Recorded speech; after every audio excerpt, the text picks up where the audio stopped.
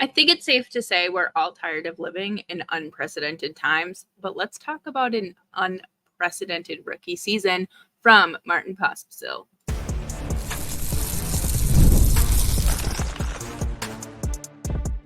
You're Locked On Flames, your daily podcast on the Calgary Flames, part of the Locked On Podcast Network, your team every day. Hello, everybody, and welcome to today's episode of Locked On Flames. As always, I am your host, Jess Belmosto, and thank you so much for joining me today. Today's episode is brought to you by Indeed. Is still searching for a great candidate for your company? Don't search, just match with Indeed. Start hiring now with a $75 sponsored job credit to upgrade your job post at Indeed.com/locked on. Terms and conditions apply. Need to hire? You need Indeed.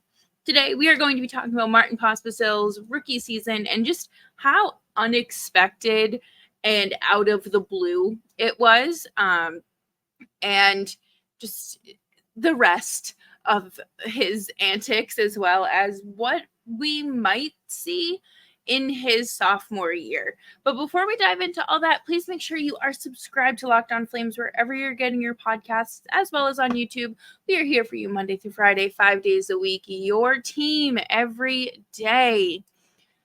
When Martin Pospisil was called up, I think everyone, number one, was blindsided by it because he was not expected to see any time in the NHL this year, due to injuries that he was just coming off of. And the expectations were consistent with a player that had missed a majority of last season and with limited pro experience, considering he was also going to be playing with another rookie.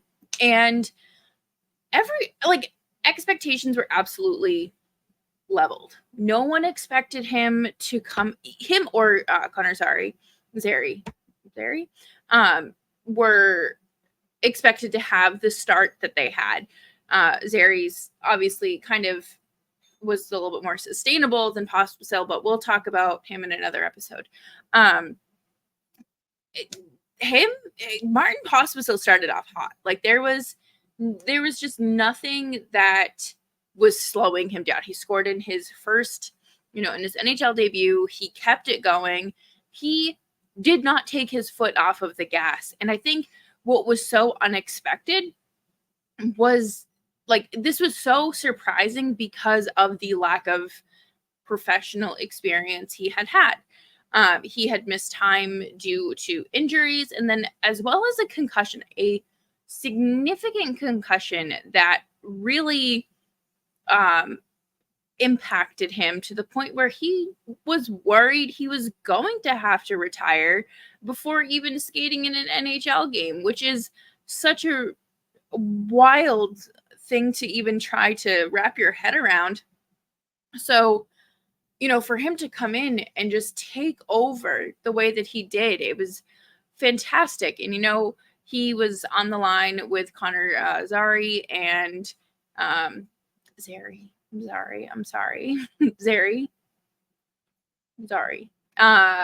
Kadri.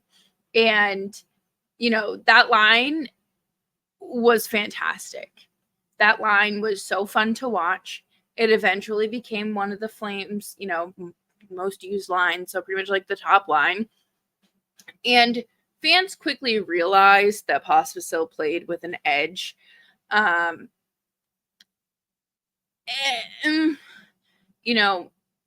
think of a lot of players that have earned reputations by playing and kind of crossing that line. And Pospisil did make a name for himself his rookie year, and he earned himself a suspension. And that's, I don't want to say that's hard to do, because truly you can do a lot of different things in the NHL and just get fined depending on, what the Department of Player Safety wheel lands on. But I think it was something exciting for the Flames because they hadn't had an agitator really since Matthew Tkachuk.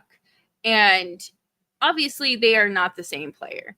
But if you have a player that can get under people's skin, that's able to kind of, poke the bear or stir the pot a little bit, that can take a lot of focus off of the team's play and allow the Flames to play a distracted team. And, I think of like Brad Marchand. I think of younger Tom Wilson. I think of, Matt Rempe. There's other players throughout the league that, you have to watch out for, but also, that they've either in the past built this reputation by stirring the pot constantly, or are new to this and are becoming the new pot stirrers. And Martin Pospisil is right up there. And it's good, it's not necessarily a bad thing. I think that was like kind of part of the Matthew Tkachuk charm too, was like he was going to be chomping on that mouth guard and involved in something after the whistle. Martin Pospisil doesn't chew that mouth guard like a dog toy. He just has the tinted visor. So, I guess it was a good rookie season for him. Completely out of the blue. And unfortunately, the production did kind of teeter off towards, once he kind of got settled in. But 8 goals and 24 points your rookie year, it's in 63 games isn't necessarily a bad thing for a player who was not predicted or expected or on anyone's radar to be in the NHL this season. Everyone kind of thought that he needed another season because of the time that had been taken away due to injuries. So for him to have made this jump and as successful as he did, it's impressive. And coming up next, we're going to talk more about the realistic versus unrealistic expectations heading into his sophomore year, coming up next here on Locked On Flames. But before we do that, we are going to take a quick break, and I want to talk to you about Indeed. We are driven by the search for better, but when it comes to hiring, the best way to search for a candidate isn't to search at all. Don't search, match with Indeed. Ditch the busy work. Use Indeed for scheduling, screening, and messaging so you can connect with candidates faster. And Indeed doesn't just help you find or help you hire faster. 93% of employers agree Indeed delivers the highest quality matches compared to other job sites, according to a recent Indeed survey. If you need to hire, you need Indeed. And listeners of this show will get a $75 sponsored job credit to get your jobs more visibility at Indeed.com/locked on. Just go to Indeed.com/locked on right now and support our show by saying you heard about Indeed on this podcast. Indeed.com/locked on. Terms and conditions apply. Need to hire? You need Indeed.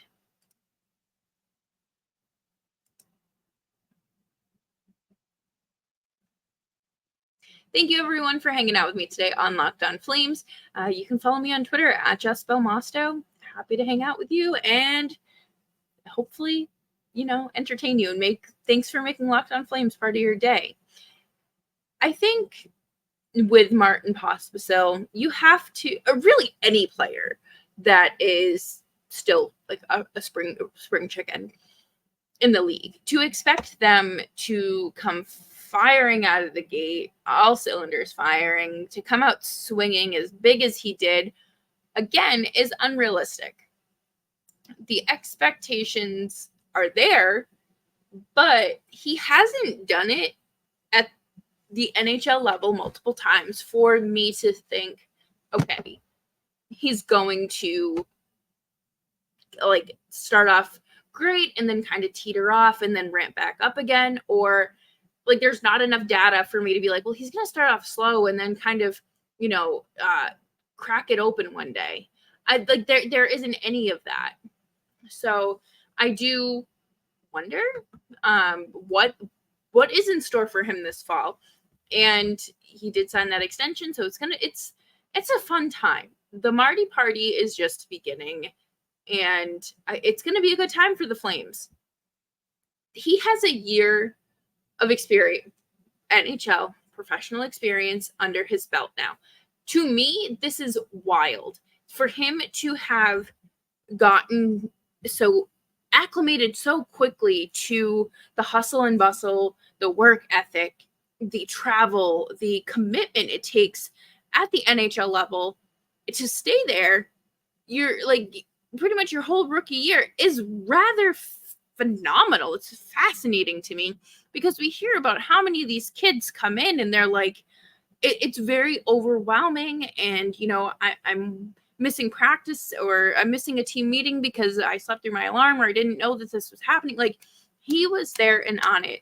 And I think that also speaks to the level of commitment he has to the Flames, the level of respect he has for his teammates and his organization as a whole. I'm not saying if you miss a practice, like you're the most disrespectful, or not practice. If you miss a team meeting, like you're not the most disrespectful person in the world, but it does show like a lack and slip in responsibility. So where do we expect Pospisil to kind of fall in this lineup? What is the realistic expectation for him? I think that, expecting like a 15 to 20 goal season isn't necessarily wildly out of the picture. I think it's, he played 63 games. Let me just double check that. 63 games, 8 goals. I wouldn't be surprised if they do ramp up his minutes. This, he was playing pretty much like 12 to 15, 16 minutes on a night here. And unfortunately, I can't find the average time on ice on the NHL website right now. So it's out there, believe me. But I think that he will see more ice time. I think that he will have an increased workload. And with that comes more opportunity to score, to create plays. I think that this is, a fair expectation. Do I think he's going to like knock it out of the park and hit 25 home runs? Wow. And score like 25 to 30 goals? No, I don't. But I also didn't think he was going to play in the NHL last season. So again, you got to temper those expectations because he's going to be taking on more responsibility. He might be a little more tired. You got to get adjusted and get acclimated to that.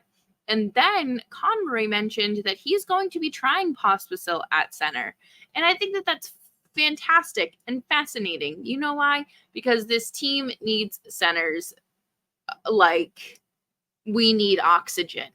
And it doesn't look like he's really ever played center either. So, I'm curious to see what we get out of that there, and how if that works. Because obviously we know there are some players that do, are primarily a wing, but they do succeed at center, or vice versa. Like some players are just versatile like that. And I think that's great because the Flames need as many tools that they can get in their Swiss Army knife, in their toolbox, because diversifying your portfolio is good.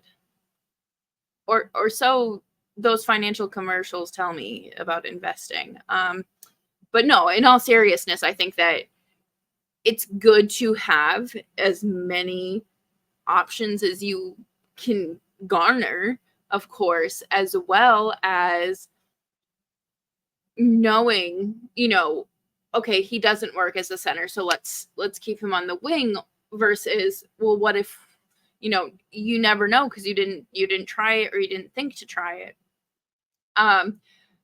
It's the same thing like a few years ago when Huberto, his first season here, when he was playing on his off wing.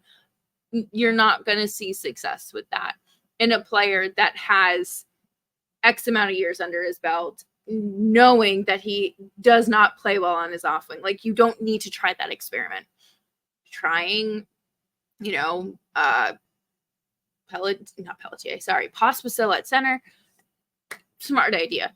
Putting Zary at center at the end of the season, that, considering that's where he played in junior, I think that's great, and I think that's a smart decision that should be explored further.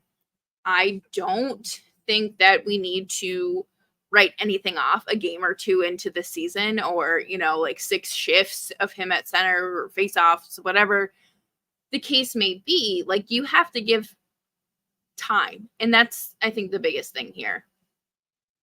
You need to remember he has 1 pro season under his belt. He was not expected to make this kind of impact last year, and I would not be shocked if there is regression this year. It is natural. It is called the sophomore slump for a reason. I can think of so many players over the years that had one, and it's tough because you're mentally like trying to avoid falling into that slump, but like if you like tiptoe around it so much, you eventually just fall into the trap. And I hope it doesn't happen. And with playing him at center, you might see not a decrease, but you might not see as many goals as you're seeing assists. And it's going to be proportionate to his playing time. I think that's like the biggest thing here, is you want everything to be proportionate. You don't want him to have like 2 goals at the end of an 82 game season, because that's not good. That would be very bad. And clearly something went wrong, and you need to examine that and fix that in the season rather than waiting until April. So coming up next, we are going to wrap up the show with Martin Pospisil and his love for just playing on the edge and just really making it hard to defend him sometimes. Coming up here next on Locked On Flames.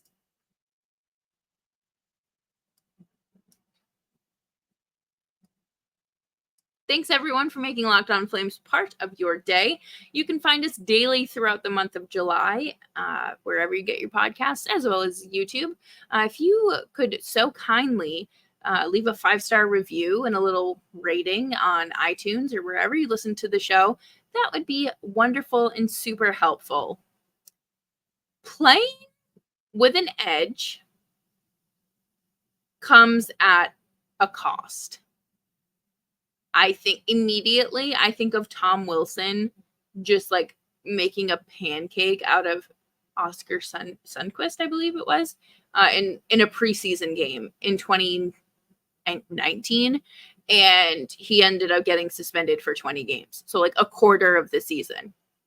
I think of Kadri back when he was in Toronto, getting suspended for the remainder of the playoffs because he cross-checked someone in the face because he couldn't control his emotions. It was a heated situation. I think of Brad Marchand licking people. I think of the 2011 Stanley Cup final when I believe it was Alex Burrows bit Brad Marchand. So, like there's a lot. There are plenty of players that Matthew Tkachuk, for goodness sake, is one of these players as well. These like there is very much a spectrum, right, of how you play like on the edge versus like you're kind of like teetering on that line, versus anytime you take a shift you are a liability and I'm petrified you're going to get suspended sort of deal. And I think of like Martin Pospisil as like a puppy that is like gets let out of the crate and they're just so excited. They don't know what to do. They're running around. They're knocking over lamps. They're like destroying shoes. Like they're so excited. And it might not be intentional. Now, I don't know his intent. I am not him. I am not inside his brain. I have not had the pleasure of sitting down and talking with him about this. So like it's that level of self-awareness that he needs to find and dig deep for, especially as a player that has suffered, I believe, five concussions in his hockey career and is playing with a tinted visor at 24 years old due to the severity of his migraines and post-concussion symptoms. Do you want to be a Matt Cook? Because I don't want you to be. No one should be on the other end of that. Mark Savard, I hope, had a number of conversations with this kid. But, I mean, if he doesn't rein it in, there will be players that have no problem sending him a very clear message. You know, I don't ever want to see what we saw with Rasmus Anderson and Patrick Laine ever again. I never want to see that. That was absolutely just tomfoolery from Rasmus Anderson. Pospisil got himself suspended too, and it's like, this is your first year. You hopefully have a very long NHL career ahead of you. Let's rein it in. Practice some, self-control. Do I really need to slam this guy into the boards? No. Do I need to leave my feet? No, you don't need to leave your feet. No, you don't. Do I need to cross-check someone in the neck? No, you don't. I promise. I guess, and some of it is truly part of the game. Like, you're never going to fully erase that. But you have to play smart. You have to play thoughtfully because it's not just about you. There are other people involved on the other end of that hit. And some people that might become collateral. You never know, because sometimes it's not always like a clean hit.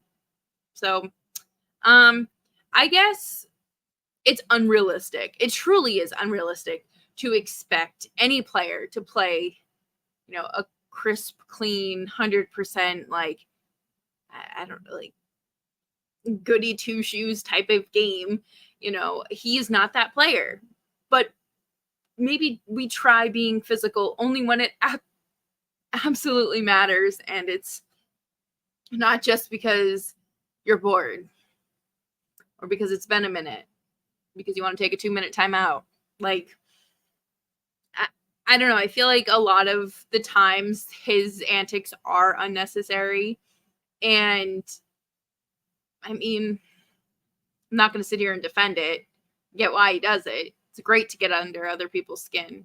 Talked about it earlier about being able to distract your team or your opponent rather. And, maybe that big hit creates a turnover and then a breakaway, like, you never know. But it can also lead to bad things. It can also lead to you taking a penalty and then your opponent scoring on the power play. And then that's all it took for the game to open right up. So I'm hoping and expecting Martin Pospisil to play in like a full NHL season this year, barring any injury. For his sake, I hope that he stays healthy. I can't even imagine being 24 years old and questioning, like, should I give this up? Like, do I give up my dream because of how severe your concussion symptoms are? So hopefully he enjoys his summer. He had a pretty big performance at Worlds and unfortunately had to leave the tournament due to a shoulder injury. Didn't end up requiring surgery, but didn't make sense for him to play through. So, he's having the time of his life this summer.